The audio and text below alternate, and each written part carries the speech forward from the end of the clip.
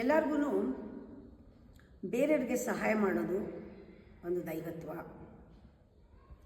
ಸಹಾಯ ಮಾಡೋದು, ಸೇವೆ ಮಾಡೋದು ಎಲ್ಲ ಮಾಡಬೇಕು ಅಂತ ಎಲ್ಲರಿಗೂ ಅಡ್ವೈಸ್ ಮಾಡ್ತಾರೆ. ಅದು ಒಳ್ಳೆಯದು ಅಂತ ಗೊತ್ತಾಗಿದೆ. ಕೆಲವರು ಮಾಡೋಕ್ಕೆ ಮುಂಚೆ ನಾನು ಸಹಾಯ ಮಾಡಬೇಕು ಅಂತಿದ್ದೀನಿ, ನಿಮಗೆ ನನ್ನಿಂದ ಏನಾದರೂ ಸಹಾಯ ಆಗಬೇಕಾ, ಏನಾದರೂ ಹೆಲ್ಪ್ ಮಾಡಲಾ, ಏನಾದರೂ ಕೆಲಸ ಮಾಡೋದಿದೆಯಾ ಅಂತ ಕೇಳ್ಕೊಂಡು ಬರ್ತಾರೆ. ಅದು ದೇವರ ಪೂಜೆ ಅಲ್ಲ, ದೇವರ ಸೇವೆ ಅಲ್ಲ. ಇದಕ್ಕೆ ಹೇಳ್ತಾರೆ ಸೈಲೆಂಟ್ ಹೆಲ್ಪ್ ಅಂತ.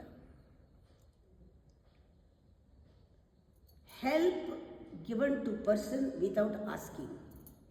ಕೇಳದೆಯೇ ತಿಳ್ಕೊಂಡು ಮಾಡುವುದು ಸೈಲೆಂಟಾಗಿ ಮಾಡೋದು, ಬಾಯಿ ಮುಚ್ಕೊಂಡು ಮಾಡೋದಲ್ಲ. ಸೈಲೆಂಟಾಗಿ ನಿಮ್ಮಿಂದ ಯಾವಾಗಾಗುತ್ತೆ, ಯಾರು ಕೇಳದೆ ನೀವು ಅವರಿಗೆ ತಿಳ್ಕೊಂಡು ಸಹಾಯ ಮಾಡೋದು.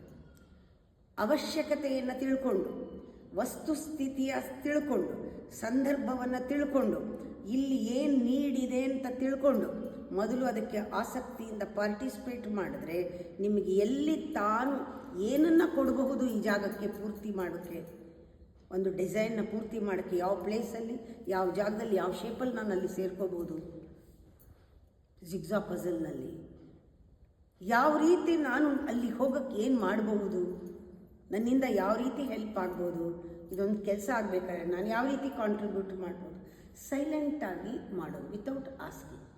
ಈ ಸೈಲೆಂಟ್ ಹೆಲ್ಪ್ಗೆ ಹೆಚ್ಚು ಮಾರ್ಕ್ಸ್ ಇದೆ. ಬರೀ ಹೆಲ್ಪ್ಗೆ ಮಾಡ್ತೀನಿ ಅಂತ ಹೇಳಿ ಮಾಡೋದು, ಮಾಡಬೇಕಾ ಅಂತ ಕೇಳಿ ಮಾಡೋದು, ಮಾಡಿದೆ ಅಂತ ಸಾರೋದು, ಇದು ಯಾವುದು ಕರ್ಮಯೋಗಕ್ಕೆ ಬರೋದೇ ಇಲ್ಲ.